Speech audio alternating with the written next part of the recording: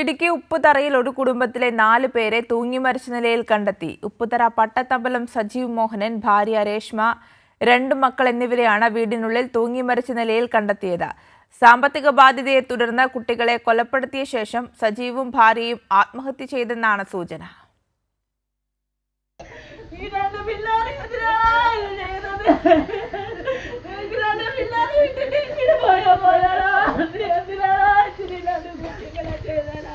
Upputhara 9 acre സ്വദേശി പട്ടത്തമ്പലം സജീവ് മോഹൻ, ഭാര്യ രേഷ്മ, മക്കളായ ദിയ, ദേവൻ എന്നിവരെയാണ് വീടിനുള്ളിൽ തൂങ്ങി മരിച്ച നിലയിൽ കണ്ടെത്തിയത്. ഓട്ടോറിക്ഷ ഡ്രൈവറായിരുന്ന സജീവ് കട്ടപ്പനയിലെ സ്വകാര്യ ധനകാര്യ സ്ഥാപനത്തിൽ നിന്ന് വാഹനം വാങ്ങാൻ 3 ലക്ഷം രൂപ വായ്പയെടുത്തിരുന്നു. തിരിച്ചടവ് മുടങ്ങിയതോടെ ഫിനാൻസ് കമ്പനിയിൽ നിന്ന് നിരന്തര ഭീഷണിയുണ്ടായി. ഇതേ തുടർന്നാണ് സജീവും കുടുംബവും ജീവനൊടുക്കിയതെന്ന് പിതാവ് മോഹൻ പറഞ്ഞു.